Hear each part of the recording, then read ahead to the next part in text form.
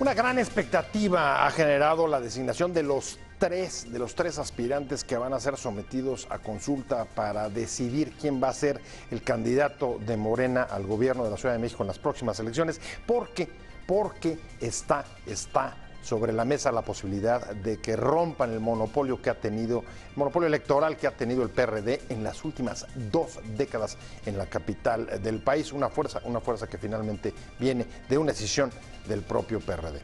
Hoy vamos a tener a uno de esos 3 candidatos que será sometido a consulta, a Martí Batres. Quédese con nosotros, soy José Buendía. Gracias por estar con nosotros en este programa en el que todas las ideas se pueden cuestionar siempre que se debatan.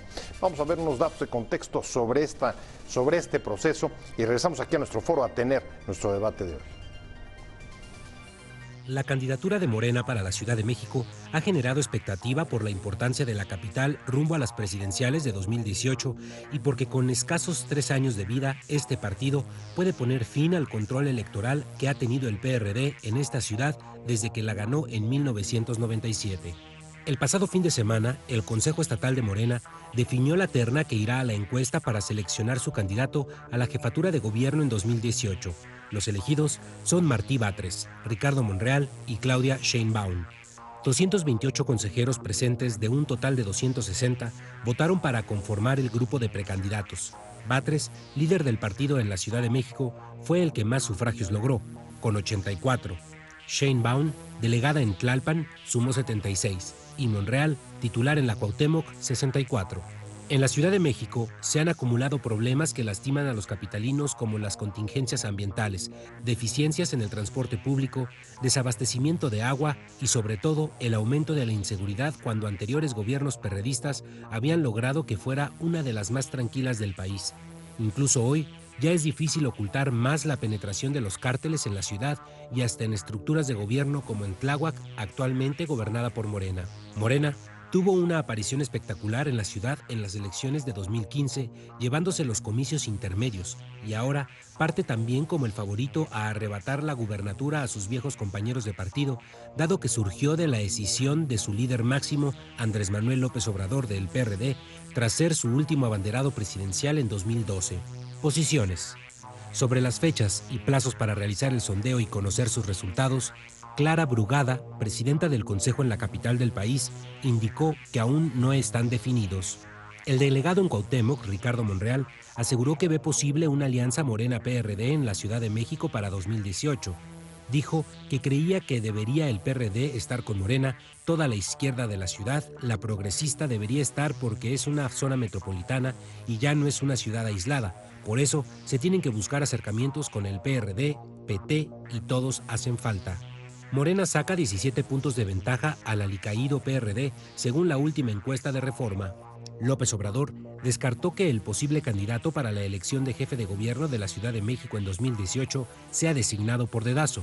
En un mensaje en su cuenta de Twitter y en respuesta a un trascendido del diario Reforma, en donde se señala que el 2 veces candidato presidencial podría usar su dedito para elegir al nominado, López Obrador acusó al medio de calumniarlo. Con opiniones encontradas, muchas gracias por estar con nosotros y como le decía en la introducción, en efecto ha levantado una expectativa, digamos, inusual la encuesta que va a celebrar Morena para elegir a su candidato al gobierno de la Ciudad de México. ¿Y por qué? Pues porque después de los resultados que obtuvieron en 2015 en las elecciones intermedias, las expectativas de que puedan arrebatar el monopolio electoral que ha mantenido el PRD en los últimos 2 décadas, desde 1997 que llegó la izquierda a la capital del país, esta va a ser la primera vez que vean desafiado su poder justamente de una fuerza que viene, como usted sabe, de una escisión del propio PRD. Me da mucho gusto, uno de los tres candidatos que va a estar en esa encuesta, Martí Batres, un placer tenerte aquí, líder de Morena DF. Gracias, Pepe. Gracias, Gerardo. No, muchas gracias. Gerardo Galarza, director de Excelsior, un placer, como gracias, siempre. Pepe, por la invitación. Muy amables, buenas tardes a todos, aquí estamos. Arranquemos directo, la verdad es que la encuesta, ¿por qué una encuesta, Martí? ¿Qué tan, digamos, qué tanta certidumbre ofrece una encuesta in-house? O sea, elaborada por el propio partido, o por el propio, ¿cómo le llaman? Comité de encuestas o comité electoral, no sé cómo se Hay un nombra. comité de encuestas. Ajá. Hay un comité de encuestas elegido en el Consejo Nacional. Es un equipo bastante profesional, hace las encuestas de medición de la información que requiere el movimiento para las tareas políticas, pero también para determinar quién está al frente del movimiento en un municipio, en un distrito, en un estado de la República. ¿Por qué la encuesta? Porque la encuesta te mide cómo está viendo la sociedad a los personajes, si los conoce, si los ve bien, si los ubica como candidatos, si votaría por ellos. Entonces, por eso es un instrumento político electoral eficiente. Si haces una elección interna, de una votación interna, a lo mejor se impone el que tenga más fuerza en el aparato, pero no necesariamente es el que tiene más fuerza en la sociedad. Entonces, el ejercicio de la encuesta permite saber cómo están los personajes en la sociedad. Por eso es importante y tiene sentido, porque es ir con aquel que tenga la mayor posibilidad del apoyo de la sociedad. No se lo voy a preguntar a él, pero sí a ti. Tienen por un lado la encuesta, él acaba de defenderla. Acaba de ser también el Consejo de Morena, donde, Sí. a ver, entiendo, tú me corriges, los propios delegados hicieron una votación, ¿no?, interna, Sí. por los tres candidatos, por ti, por Claudia Sheinbaum de Tlalpan y por Ricardo Monreal, delegado Y Mario Delgado. Mario Delgado, que se quedó fuera. Se quedó fuera de la encuesta, pero creo No, que ahí sí sí, de la y encuesta, se llevó sí. 4 votos, o sea, no pintó. A ver, Pero vamos a dime empezar tú, a empezar por el principio. a ver, Se ¿cómo hizo lo la ves tú? votación porque eran Ajá. 4. Sí. Sí. Se hizo la votación. Como el mandato del Consejo Nacional fue elegir una terna, y en su caso el Comité Nacional puede agregar 1 o 2 más si así lo decide, pero nosotros solo podíamos decidir 3. Al tener 4 registrados, entonces tuvimos que votar para decidir de esos 4 quiénes eran Claro, los 3. pero al final acaba siendo una decisión un poco indicativa, que Sí, los pero, propios a ver, partidos yo te decía- se manifiesten. Dime tú cómo ves. No, yo te Votamos y decía por cierto me fue muy bien en la Sí. votación. No, bueno, Además, tuviste el primer lugar. El primer lugar Sí, fue. 20 votos arriba de Ricardo Monreal, que ocupó el tercero. ¿Y qué son? 8, 10 votos, no, 8 votos arriba de Sí. Claudia Sheinbaum, dentro del comité. Pero a ver, vamos a empezar por el principio, y cosa que nos tenemos que acostumbrar a la democracia mexicana. La manera de elegir candidatos, yo pienso, creo que algunos, lo pienso porque he leído a algunos teóricos, pues es la libertad de los partidos, siempre y cuando estén dentro de sus estatutos, que como en México el estatuto te pide que te decidas cómo, pero si tú tienes todas las formas de elegir, pues estás cumpliendo con los estatutos. Si hay algún partido que solamente diga que por elección interna elige a sus candidatos, bueno, pues tiene que, ¿cómo se llama?, hacer sus Así elecciones su internas y usar sus instrumentos Sí, para sí. cumplir con sus propios estatutos y reglamentos que están registrados ante la ley, están soportados por la Ante ley el INE. electoral y el INE. Entonces, tenemos que acostumbrarnos a eso, incluyendo al dedazo priista.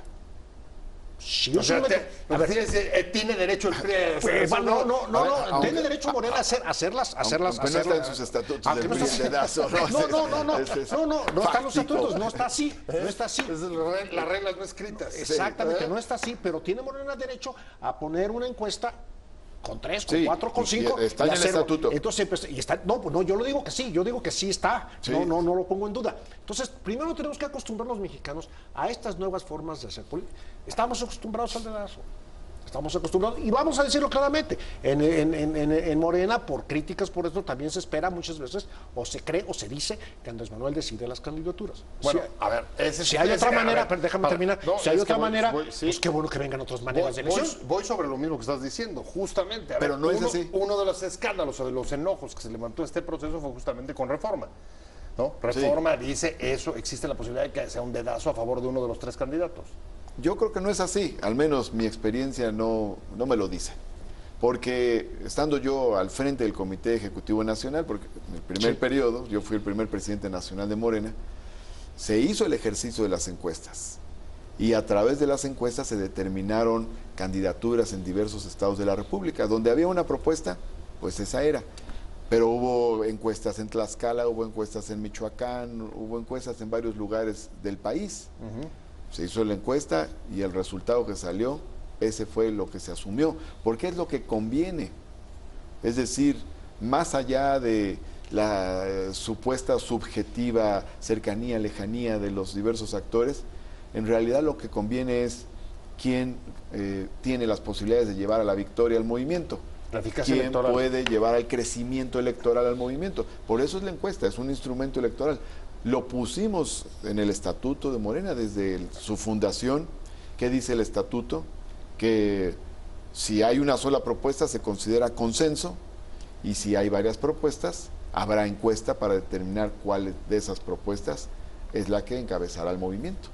Ahora, Ya se ha ejercido, ya se ha realizado esto desde, no es... por lo menos en las elecciones de 2015, 2016 y 2017 llevamos haciéndolo. Ha habido casos como el de Delfina, que fue la única propuesta que se presentó en el Consejo Estatal. Pues ya se asumió que esa era la propuesta por consenso, que ese es otro caso. Ahora, digamos que eso es parte, digamos, de lo que ayuda a construir una candidatura que finalmente es la cara visible de la oferta que van a llevar a la ciudad en 2018, pero al mismo tiempo hay otro elemento importante, Martí, que es el tema de las alianzas. Y te lo estoy sacando porque otro de los aspirantes, Ricardo Monreal, está diciendo a Morena no le va a alcanzar solo y debe de ir con una alianza en este caso con el PRD.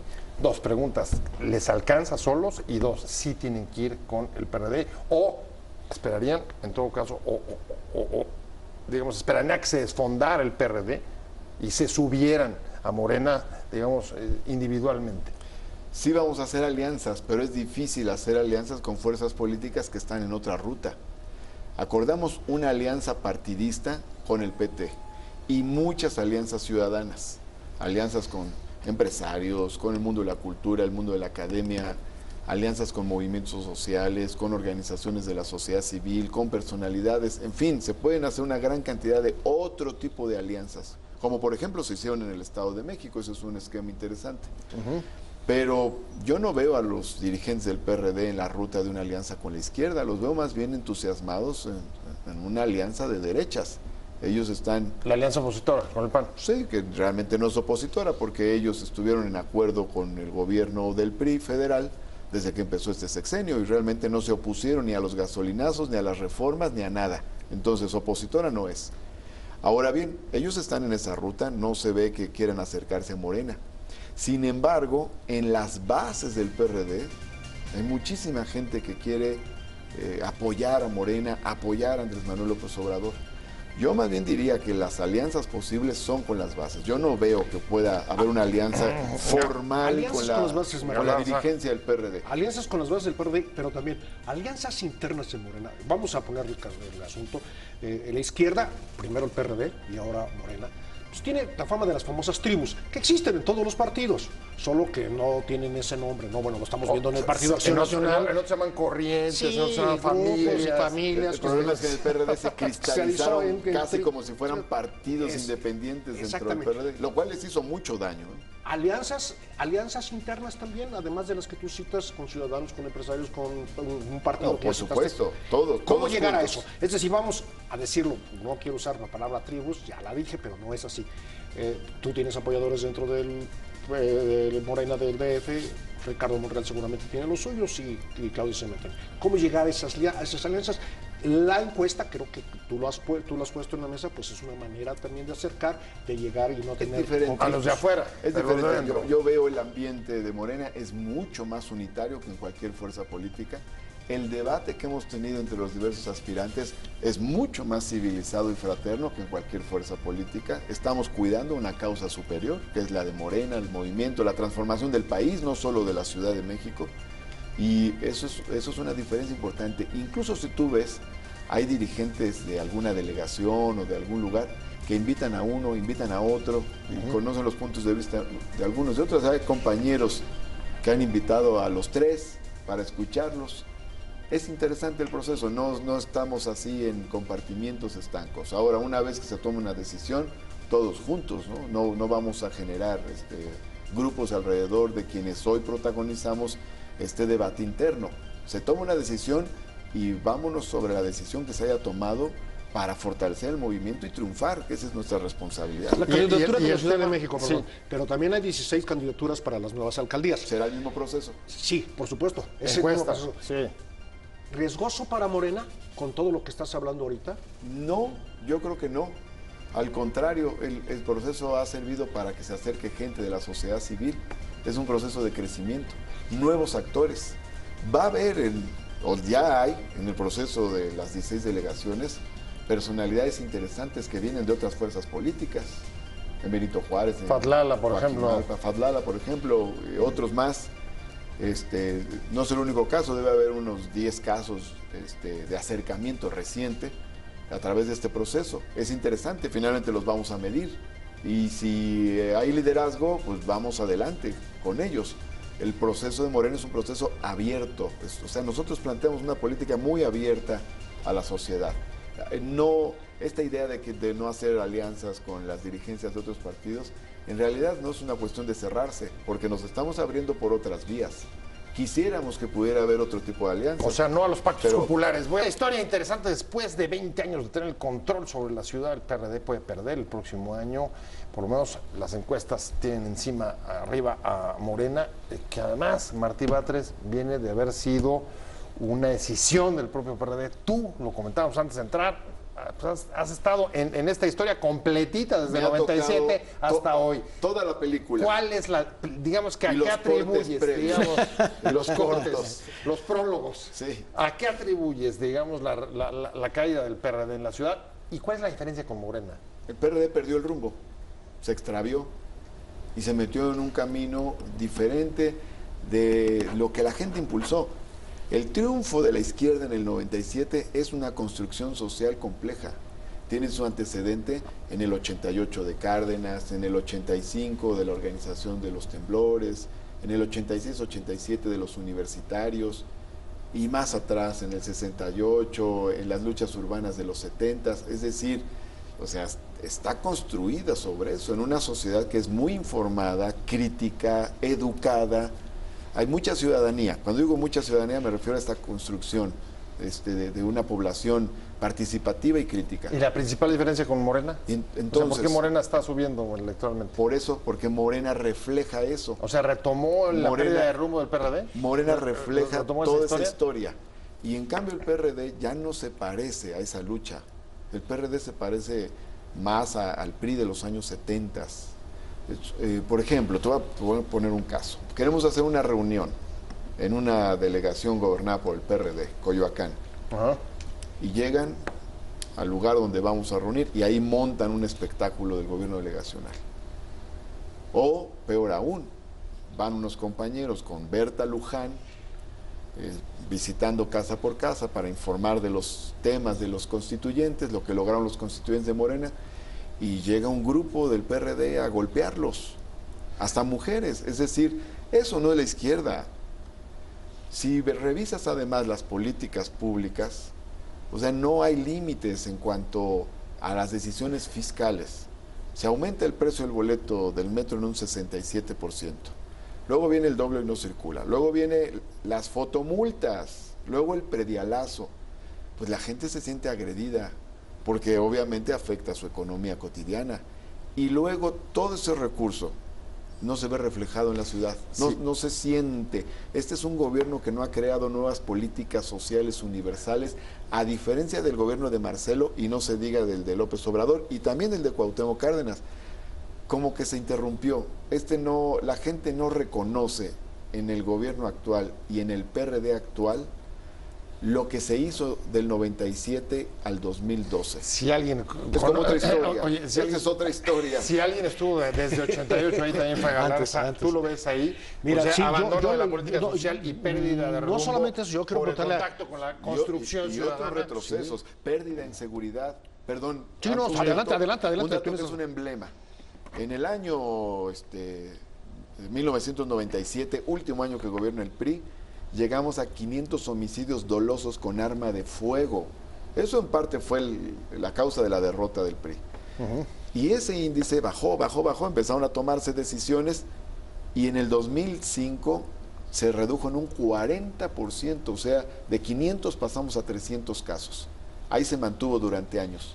El año pasado, otra vez tuvimos 500 homicidios dolosos con arma de fuego. Es como si hubiéramos regresado al esquema anterior al 97. Es muy emblemático Bueno, ese pero a dato. ver, no te vayas tan atrás. Del Hoy, por retroceso. ejemplo, hoy que tú vas, o que estás buscando la candidatura para jefe de gobierno, llevamos 6 años escuchando que aquí no hay cárteles. ¿Hay cárteles de la droga en esta ciudad o no?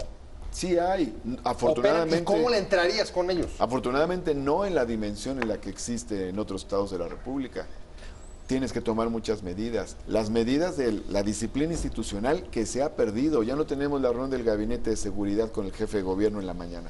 No puede ser que el jefe de gobierno no se reúna con los jefes delegacionales para ver el tema de seguridad. También tenemos falta de esas medidas de tejido social que son preventivas.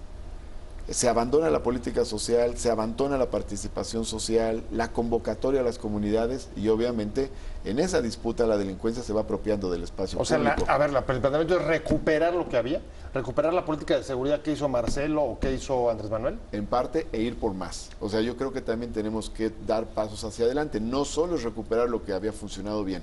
Funcionaba bien la reunión del Gabinete de Seguridad, las reuniones de las 70 coordinaciones territoriales, también funcionaban bien las políticas de inteligencia policial.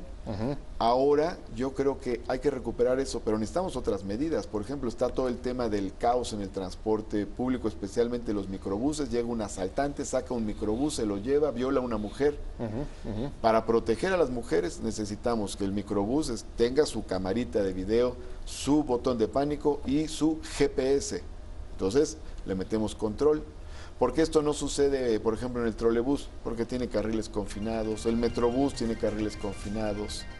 Entonces, sucede en los micros porque se los pueden llevar. Esa es una medida nueva que hay que tomar.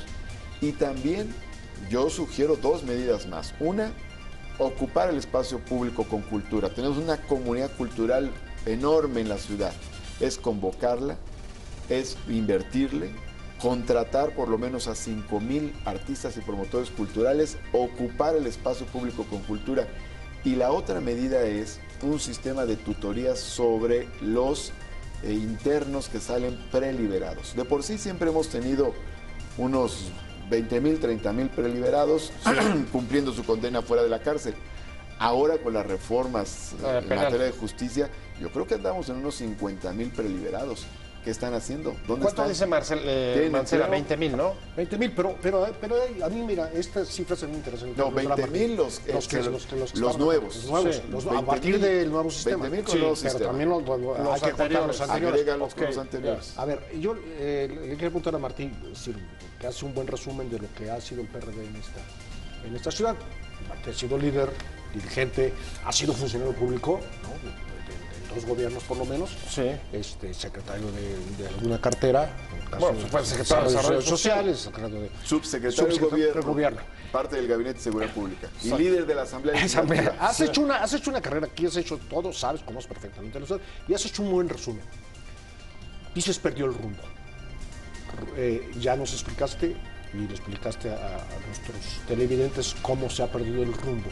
Se perdió el rumbo ideológico. ¿Dónde estuvo la fractura? Es decir, queda muy claro que en la práctica, pues el gobierno de Miguel Ángel Mancera es el donde surge el rompimiento del PRD. Pero ideológicamente, en esto que llamamos izquierda, ¿cuándo hay la ruptura? Yo noto 3 procesos que llevan al PRD a este deterioro y a esta caída libre. 1, los gobiernos delegacionales empiezan a corromper.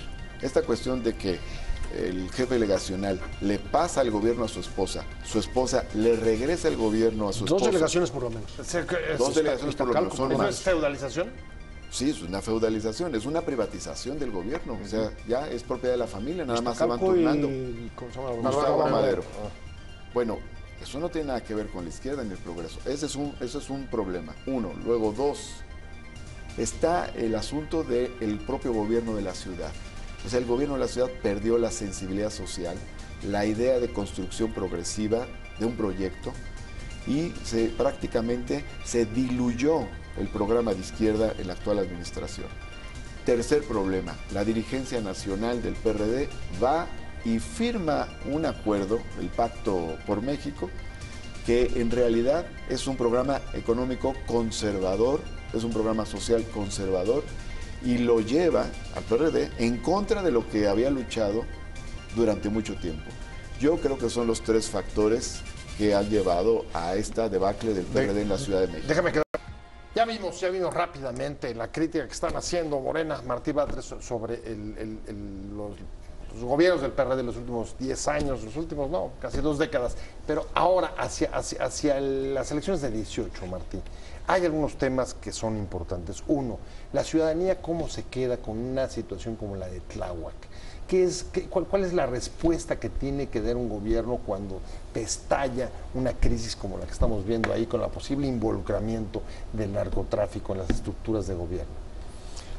Bueno, nosotros hemos dicho que la Procuraduría tiene que hablar para saber con bases objetivas cuál es la realidad. No vamos a defender nada indebido, por supuesto, pero también queremos basar nuestro juicio sobre bases objetivas. Hasta ahora tenemos versiones políticas, fundamentalmente. Y sobre esa base se quiere hacer un juicio, una condena en la Asamblea Legislativa, por cierto, por personajes que podrían ser más cuestionados aún todavía. Hoy mismo, desde Mauricio Toledo, que presentó firmas, ¿no? Pues ellos como jefes delegacionales fueron profundamente cuestionados, este grupo que controla actualmente la Asamblea, de distintos partidos, por cierto. Ahora bien, que nos diga la Procuraduría, hay bases, hay elementos, de sus investigaciones se deduce que hay un involucramiento, que hay un vínculo, que lo diga. No lo hay, también que lo diga, para que no se politice el tema. Pero si la Asamblea va a proceder, debe proceder con la información de la Procuraduría, no con sus versiones o sus suposiciones. Finalmente la Procuraduría es la que puede investigar, intervenir, conversaciones telefónicas, tener personal infiltrado, dar seguimiento a personajes, es la que tiene los peritos, es decir, tiene todos los elementos para hacer una investigación objetiva. Sobre eso nos apoyaremos, pero que hable la Procuraduría y que diga para determinar, frenar especulaciones y determinar si hay razón o no razón en las versiones que se han difundido. Yo creo que eso es lo más importante. Ahora, a eso agregaría lo siguiente. El problema no es Tláhuac, por desgracia. Si fuera así, estaría localizado. El problema es Iztapalapa, Gustavo Madero, es decir, es toda la Ciudad de México. Si acaba de haber. O sea, el problema es ¿cuál es el problema? ¿Narcomenudeo? En Iztapalapa. ¿Estamos hablando de narcomenudeo? La delincuencia. ¿Estamos hablando del crimen organizado? ¿De qué estamos hablando? Porque estamos hablando de para varias, saber cómo lo van a atacar si llegaran. Varias cosas, digamos, en graduaciones distintas. O sea, hay delincuencia callejera. Ha subido el robo a negocio, robo a casa habitación. Ha subido el homicidio, ha subido el feminicidio, lo cual es muy alarmante. El derecho de piso quizá con algunas diferencias, ¿no? Con algunas diferencias, la extorsión y el derecho de piso. En los ambulantes, por ejemplo. Y en comercio establecido también. En empresas establecidas ha subido el tema del derecho de piso. ¿Y fue por no reconocerlo? O sea, la extorsión es uno de los... ¿Fue por no reconocerlo? Además de abandonar... No hacer el diagnóstico adecuado, pues obviamente te lleva a no hacer el combate adecuado. Por eso era mi pregunta, si ustedes traen el diagnóstico adecuado. ¿Cuál es el alcance? ¿A qué te vas a enfrentar? Hay problemas mayores de los que la autoridad ha reconocido. O sea que la ciudad no es una isla, debe haber penetración del crimen organizado, seguramente. Afortunadamente, como decía yo hace rato, no en los niveles en que hay en Michoacán, en Tamaulipas, en otros lugares. La ciudad se ha defendido mejor porque tiene mejor economía, porque tiene mejor política social. Su propia conformación. Porque su propia conformación hasta geográfica. No obstante ello, sí tenemos problemas que atacar y debemos atacar tanto los efectos como las causas también. Nos ayudó mucho una buena política de seguridad pública con mucha disciplina institucional y una buena política social que hace las veces de una política preventiva. Entonces, yo creo que nosotros tenemos que, yo ya explicaba hace rato algunas propuestas, de reconstruir. ¿Se puede reconstruir una buena política de seguridad pública? Por supuesto que sí. Hay experiencia, hay antecedentes y hay recursos humanos para hacerlo. Y otro que tú planteas, sí, perdón, Pepe, adelante. El asunto de la movilidad en esta ciudad, creo que es otro desastre. Básico. Ahorita, al tocar el tema de los microbuses, hablaba sobre eso. Sí, por supuesto. Yo ubico los desastres en 5 temas. 1, inseguridad. 2, movilidad. 3, desarrollo urbano. 4, agua. Y 5, corrupción. Son los 5 grandes problemas. y advierto un área de oportunidad, que no es un problema, pero que es un tema también para nuestro programa, la cultura. Es un gran tema de oportunidad económica, social, de la sociedad capitalina. Ahora, en materia de movilidad, para responder a la pregunta, no tenemos suficiente transporte público, la gente opta por el transporte particular. Y entonces estamos llegando a la inmovilidad. La velocidad promedio de 1990 de los automóviles era 38 kilómetros por hora, ahora es 13 kilómetros por hora. Se me va a quedar muchos temas en el tintero, la verdad es que muy interesante entrevista. Llenemos los carriles confinados de transporte público. Digo, eso gracias, es una entregada gracias de Martí. medidas. Vamos a seguir sobre el tema, te vamos a invitar otras veces, la verdad es que, Claro que muy sí. interesante y hay que monitorear la ciudad. Muchas gracias, Gerardo Galarza. Gracias a ustedes gracias a dos. los dos, pero sobre todo gracias a usted por haber estado con nosotros Gracias, en Opiniones Pepe, Encontradas. gracias, Gerardo.